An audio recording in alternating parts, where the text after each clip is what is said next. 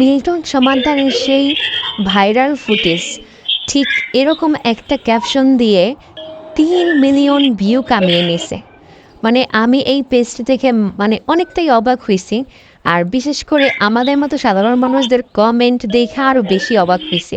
কারণ দেখেন, এই একটা ক্যাপশনের জন্য কিন্তু মানুষ এই ভিডিওটা টাচ করছে। এখন বলতে পারেন যে আমি কেন টাচ করছি, এই ভিডিওটা আমার হোম পেজে আইছে এই জন্য। কিন্তু ভিডিওর যখন আমি পেজে ঢুকলাম দেখে তো আমার হচ্ছে মাথা নড়ে গেছে যে সাধারণ একটা ক্যাপশনের জন্য মানুষ এই ভিডিওটার 3 মিলিয়ন ভিউজ বানাই দিছে।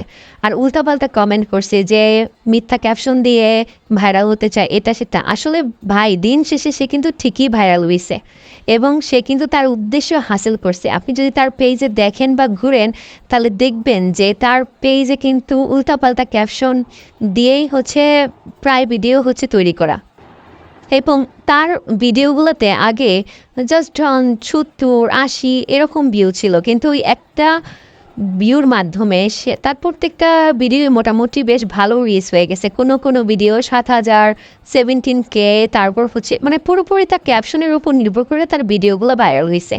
এবং তার পেজটা কিন্তু খুব বেশি দিন হয় নাই, মানে খুব নতুনই একটা পেজ। যাই হোক, দিন শেষে সে কিন্তু তার উদ্দেশ্য ঠিকই হাসিল করে নিছে। আসলে আমরাই বোকা।